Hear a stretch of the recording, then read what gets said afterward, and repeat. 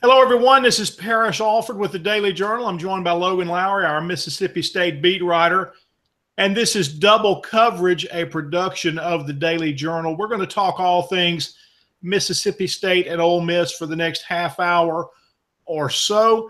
Both of these teams coming off very decisive losses and trying to get back in the win column. Logan, how are you, man? I'm feeling older, Parrish. Oh gosh, Logan, did you have a birthday and I missed it? Well, it's today, so yeah, you haven't missed it entirely. So I thought I was getting a little older. I woke up at 6 a.m. this morning on my own, and but I kind of proved it myself better. I went back to sleep and woke up a little after 9, and that was more my usual wake up time. Well, Logan, you'll get there, man. You're going to get to that early morning rise time. I feel that coming.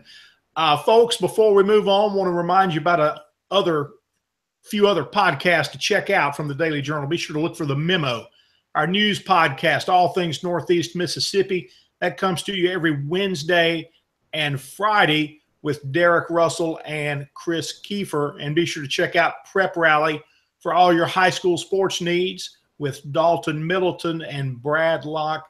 That comes to you every Wednesday as well. And Logan and I are here with you usually on Thursdays with double coverage. Logan, let's just jump right into it, man. It was not a good week for Mississippi's two SEC entries with the Bulldogs and the Rebels both losing on the road in Alabama. Let's start with Mississippi State, a 49-10 loss at Auburn. What went wrong? I know that just from what I saw on television, it looked like State hung around that game for the first half at least longer than Ole Miss did. Yeah, and it could have been a different game. I don't know that Mississippi State would have ultimately won the game, but I do think it would have been a little bit closer had the officials not missed a call early on in that ball game that really changed the momentum of that game. Auburn gets the opening drive of that game, goes down to the 1 yard line. Mississippi State stops them on 3rd and goal. They run out the field goal team. They ended up calling timeout and brought their offense back onto the field and scored on 4th and 1. And State gets the ball. They don't do anything with it. They punt it back to Auburn. And Mississippi State, Jeffrey Simmons chased Jarrett Stidham out of the pocket. He's rolling to his right, and Simmons hits him. The ball comes loose. Montez Sweat scoops it up, runs it, 30 some odd yards for a touchdown to tie the ball game up. The problem is the officials on the field ruled it an incomplete pass.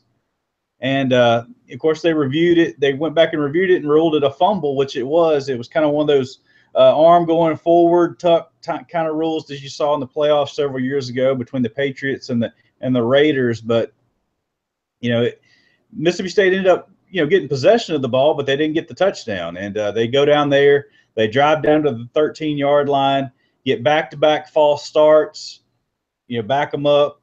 They end up having to settle for a field goal. And, that was a victory for Auburn. That was 4 points, that the officials took off the board there. And Mississippi State was really never able to recover from that point on. Auburn goes down, I think, scores on their next drive and kind of just takes the momentum of the game from that point on. But Mississippi State didn't help themselves in that ball game at all. They were penalized 10 times in that game. 7 of those were false starts, and most of those were on the offensive line.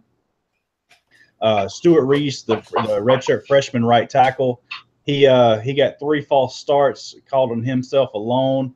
There was Greg Island, who actually came in for Martinez Rankin. Martinez Rankin, State's left tackle, left on the very first series of that ball game and never did return with a high ankle sprain.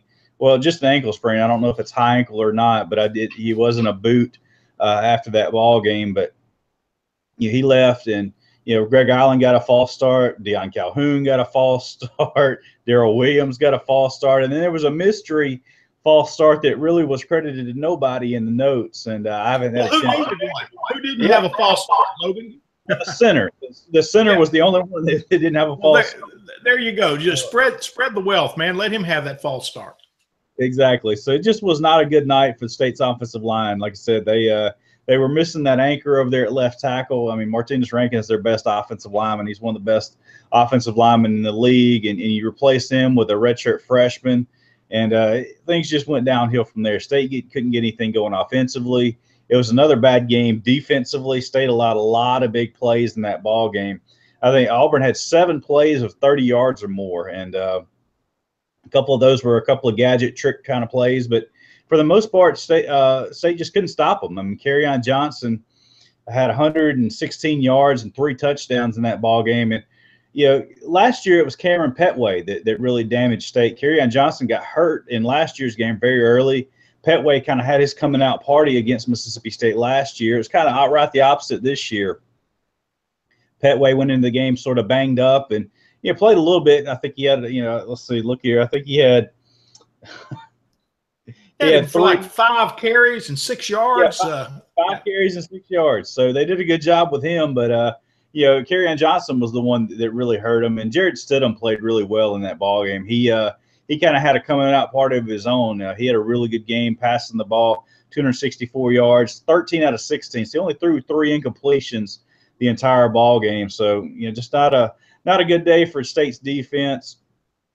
Nick Fitzgerald, another kind of subpar game. He threw a couple of interceptions. One of those was a pick 6, but there's 2 interceptions were tip passes, so you can't really fault him completely on that. But still not a good game at all. In his last 2 games in both States' losses, he's thrown 1 touchdown pass and 4 interceptions, and only thrown for 240 total yards. So he hadn't been getting the job done passing the ball, and State has to be able to throw the ball. I mean, they love to run first, but teams right now are stuffing the run. They're just packing it in, daring Mississippi State to throw the ball, and so far they haven't been able to do that. I mean, Jamal Couch had a little bit of a good game. He had 2 catches for 60 yards against Auburn, and they really need him or Reggie Todd or Osiris Mitchell, one of those taller receivers, to really take a step forward. And maybe that was Jamal Couch's way of doing that. They made 2 tough catches right there on the sideline, and they need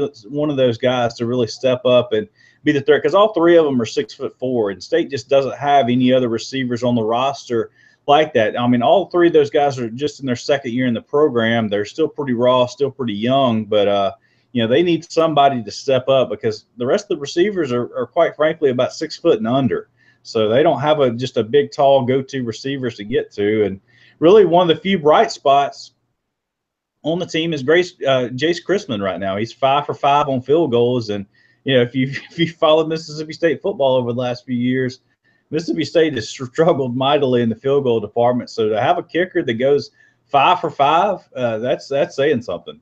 Well, you cannot be one-dimensional and win in the SEC, although that might not be the case this year. We're going to talk about the conference a little bit more as we move along in the program here. The SEC is down a little bit, but generally speaking, you can't be one-dimensional in anybody's conference. And while you talk about State needing to pass the ball and to improve in that area, Ole Miss has got to run the ball. They've got to get better in that area. And this week in the NCAA statistical rankings, they are dead last in America in rushing the football, somewhere around 74 yards a game. And actually, they're coming off their best rushing game of the season at Alabama. And I say that because their bell cow, the guy they thought would lead this run game, Jordan Wilkins, did rush for 100 yards. And that was about the only bright spot for Ole Miss at Alabama. But you go back and look at the earlier games this season, the Rebels failed to reach 60 yards against Tennessee Martin and against Cal.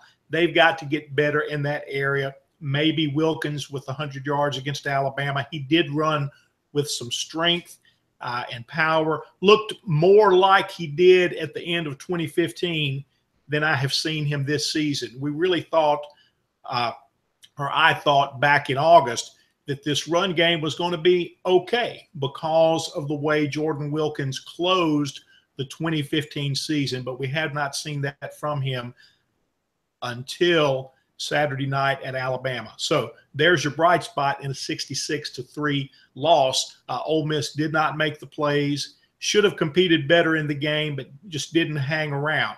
They were not able to make plays like the interception that Miles Hartsfield thought he had in the end zone on Alabama's first touchdown drive. If he caught that ball, maybe he scores. He had the angles and he had the green in front of him and things like that. So anyway, that's kind of what he was thinking. He took his eye off the ball, it went through his hands. Now, there would have needed to be they would have needed a lot more than Miles Hartsfield's interception.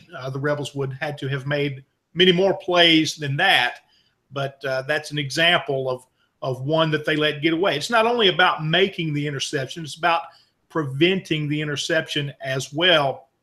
DeMarcus Lodge also in that first quarter didn't make a catch. It gets picked off. Lodge doesn't realize that it's picked off, and so he took a beating on social media for not putting forth an effort to go after the Alabama defender on his way to the end zone. But it's, more than that, more than not knowing it was intercepted and what transpired after that, as a receiver, you've got to fight for that ball. You've got to help prevent the interception. Your quarterback's going to, make good decisions and bad decisions. He's going to take some chances every now and then. There's going to be one that's going to be picked off, but it's the receiver's responsibility as well to fight for the ball and help prevent the interception. So, Logan, I think Mississippi State and Ole Miss right now both kind of face the question of, what is your emotional state as we approach the middle of this 2017 season? State's coming off back-to-back big losses to quality teams, and I just don't think the SEC is as good this year as it has been more recently, but Georgia and Auburn are two of the better teams in the league behind Alabama. Ole Miss, you lose 66-3. Alabama's not the, that's not the first team Alabama's done that to. It was a pretty good Vanderbilt team the week before that Alabama went into Nashville and treated the same way, winning 59-0. So, we'll see as the season goes on, exactly how good this Alabama team is. I think they will prove to be pretty good. Still, if you're Ole Miss, you've got to go in there and compete better. You could have had the margin closer.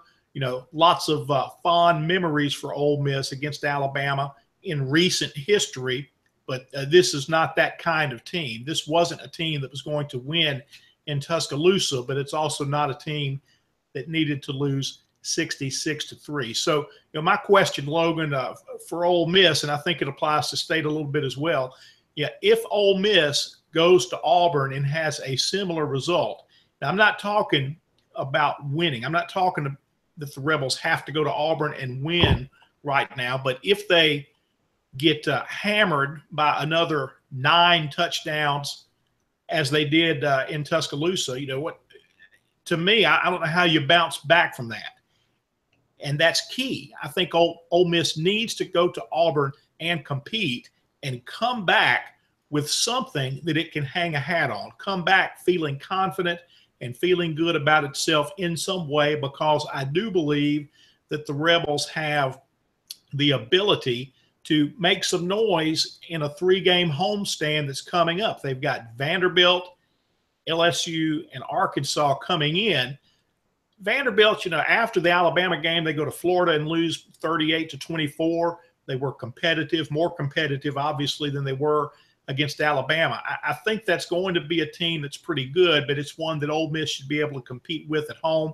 Obviously, LSU is looking pretty vulnerable right now after they get pounded in Starkville. They were kind of sketchy in a win against Syracuse. Didn't just dominate that game at home. Then I'm assuming that they overlooked Troy, and they're just not good enough right now to overlook anyone. LSU is a vulnerable team, and a team that Ole Miss, again, should be able to compete with and possibly defeat in Oxford. Arkansas, same thing. Arkansas has some issues defensively, particularly in the secondary. If Ole Miss can find a way to protect Shea Patterson, the Rebels should find a way to move the ball through the air against Arkansas. So all of this, any type of success in that 3-game homestand hinges on confidence. You have to come back with the belief that you can compete and win, and I don't know if that belief is very strong if the Rebels go to Auburn and get pounded as they did in Tuscaloosa.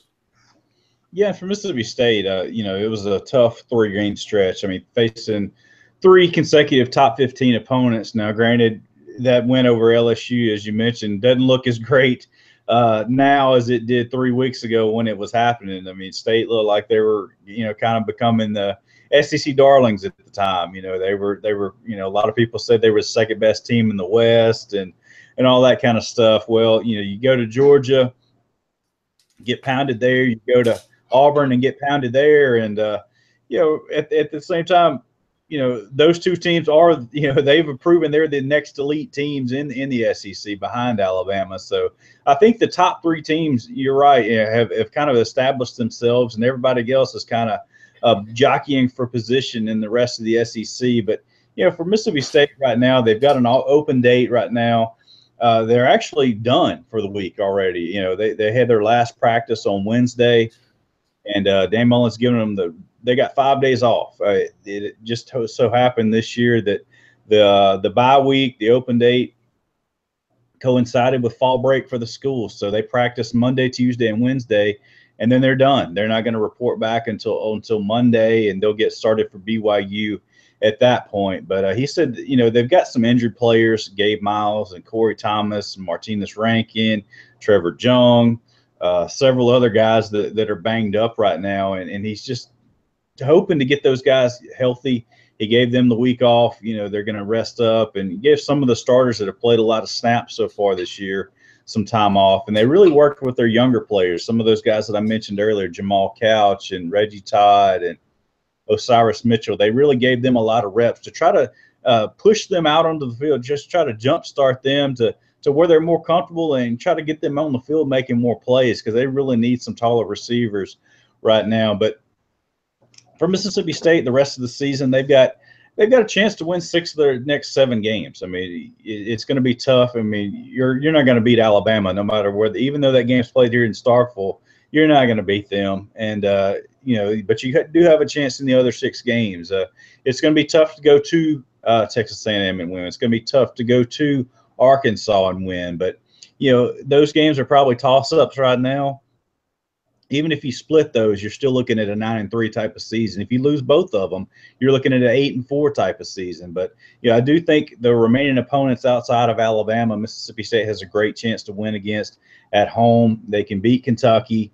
They can beat UMass. They can beat BYU. They can beat Ole Miss. So there's some games on their schedule that are winnable games still left up, and I still think State has a chance to finish strong. But right now they're not ready to compete in the upper echelon of the SEC, and that's already been proven in 2 games. It's going to be proven in another game later in the year when they play Alabama. But State's going to be kind of one of those middle tier SEC teams this year. They'll still go to a pretty good bowl, and if they take care of business. Now, granted, if they come out and play like they did offensively and defensively the last 2 games, then all that I just said is right out the window. So they've got to make some improvements. They've got to get back to looking like the team that they were in the first 3 weeks of the season and get some of that confidence and swagger back.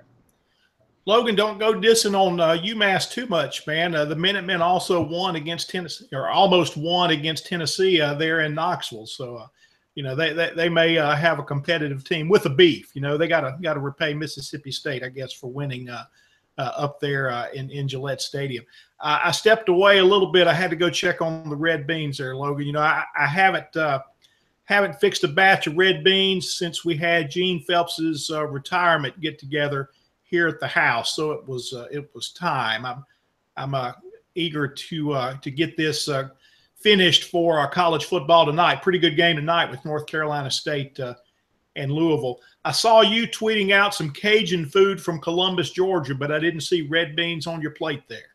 There were red beans. They were some unusual looking red beans. But I did have red beans and rice. I had some boudin and had some shrimp and sausage grits, and they was pretty delightful. I was kind of skeptical. You always know you're going to get some good Cajun cooking when you go to Louisiana. Not so much when you're in Columbus, Georgia, but I was able to find some and enjoyed that trip. But that was as close as I could get to Auburn. Some of the hotel prices were kind of outrageous in that Auburn area. I usually staying in Montgomery, but I found a better deal in Columbus, Georgia, so that's where I ended up staying. Well, I'm in Montgomery this weekend over there on East Boulevard. It always seems to be the best rate. I was checking those hotel rates in Auburn earlier this year. They had a Marriott near campus for 514, Logan, 514 a night with a 2-night minimum. I couldn't get John Pitts to sign off on that. So anyway, look, the Rebels have struggled on offense the last couple of weeks. They've gone almost 7 complete quarters without a touchdown. They scored early in the second quarter at Cal. And if you remember that Cal game, they hit some big plays, got a lead, and looked like they might run away with the game. I mean, Cal went into that game having given up a number of explosive plays in the secondary, and they did early against Ole Miss. But once Cal adjusted, Ole Miss was not able to counterpunch and really struggled against the Bears defense the rest of the night. Go back and look at that Cal game. Ole Miss had like 185 yards on 3 plays and then about 230 yards on 70 other plays. So really did not play well for the last 3 quarters of that game. And now they're on a stretch where, like I said, it's been 1 touchdown in almost 7 complete quarters for Ole Miss. So they're going to try and, get going again. And when they were going at a high rate, one player who was helping them go was A.J. Brown, the sophomore wide receiver from Starkville. Just exploded in the first 2 games against lesser competition, obviously South Alabama, a group of 5 team from the Sun Belt Conference, and then Tennessee Martin. But through those first 2 games, Brown was averaging like 129 yards a game. He was making big plays, breaking tackles. Then he got hurt early against Cal, so he didn't play much at all against Cal. And Alabama did a good job of bracketing A.J. Brown and otherwise just giving more attention to him and really took him out of the offense. And talking with Matt Luke after the game, it was not so much about Brown's injury against Alabama. He felt like Brown was playing at about 90%, but it was more the defense that Alabama was putting on Brown. And then also Ole Miss just kind of going away from him because of that defense. Luke also said, he felt like maybe they should have gone to A.J. a little bit more, tried to get him the ball in different ways. Well, I talked with Jacob Peeler, the wide receivers coach, during the week. Do you force the issue? Excuse me. Do you force the issue with A.J. Brown? He has been far and away your best playmaker this season, your most consistent playmaker in those first 2 games. Do you force the issue and try to get him the ball in different ways? And Peeler didn't really respond with, he's not going to give away much of the game plan. So he didn't say, yes, that's what we're going to try to do. And what I heard from him was the next man up theory that we hear coaches talk about. He wants to make sure that they do what they can do with other wide receivers if teams are going to take away A.J. Brown. But I'll tell you, I think you'll find the truth somewhere in the middle. I do think they will work a little harder to get A.J. Brown involved against Auburn. I think they should, because while the receivers are pretty talented as a group, A.J. Brown has stood out among those receivers. He has been the player who is most likely to catch the ball in traffic, and certainly the one who is most likely to break a tackle and continue on with a big play. So we'll see if the Rebels can get A.J. Brown more involved against Auburn, and if that would enhance their chances there on the Plains. Certainly, this is less about winning for Ole Miss. That's always the goal. And these players still believe they can win. At least that's what they're telling us. We're not seeing signs of panic or anything like that after the big loss at Alabama. But if you start piling losses on top of one another, and if there's another loss like that, that you're going to see some of these things creep up to the surface, some of these emotions. Right now, players tell us the emotional state of the team is good, that they are confident, that they've put the Alabama game behind them, that they worked hard this week in practice. Basically, they have said the things that you expect players to say. So we'll see what that translates to on Saturday. Sometimes you have to get a better picture by just watching body language and things of that nature. But right now, the emotional state of the team after the Alabama game appears to be okay. And, I just question whether or not it continues along that path if they are not more successful in at least how they compete against Auburn. So play for Ole Miss, because they do have a chance to do some things against this SEC schedule. But it's going to be hard if they come back from the Plains with self-doubt because they've had another poor performance. We'll see. It's a good team. Auburn's a good team, very physical and fast on defense. And tell me this, Logan, about Auburn. Kerryon Johnson had the 100-yard game against Mississippi State. Did they run him more between the tackles, or did they get him to the edge? Where did most of his yards come from? He busted one up the middle that went for a pretty good gain, but most of his was on the edge, and they did a good job of getting him out in space and just running through the defense. And, really the player that impressed me the most was Jarrett Stidham. Obviously, he came in with a lot of hype, played at Baylor early on in his career, was one of the top recruits in the country, went to junior college for a year, and now he's at Auburn. And he really seems like he's starting to grasp that offense and figure out the things that he's doing out there. He's a much better player. It seems like he's improving week by week, and he really threw the ball exceptionally well. They ran some good plays to get some receivers wide open across the middle of the field on Mississippi State's defense, and he hit every one of them in stride and made some big plays through the passing game. So he's another player to really watch, because I really think he's coming into his own right now. Hey, one quick question on Stidham before we wrap up here. When you see 72% for a completion percentage, what it makes me think is quick release, short passing game. How much of it was that for Stidham, and how much of it is just that the guy is really accurate? Well, I haven't seen what he did early on in the year, but he was 13 out of 16 against State, and most of those went for big chunk plays. I mean, it wasn't a lot of bubble screens and that type of stuff. It was mostly deep shots down the field, and they were able to hit every one of them. And like I said, 7 plays of 30 yards or more were for Auburn, and most of those were in the passing game. And they did a really good job of getting receivers open over the middle, and made Mississippi State pay every time. Folks, that's it for this edition of Double Coverage, a production of the Daily Journal. We thank you for clicking in with us today. Be sure to check out the Memo, our news podcast, All Things Northeast Mississippi, with Chris Kiefer and Derek Russell, and check out Prep Rally for all your high school sports needs. That comes to you every Wednesday with Brad Locke and Dalton Middleton, and Logan and I will be back with you next week for another round of Double Coverage.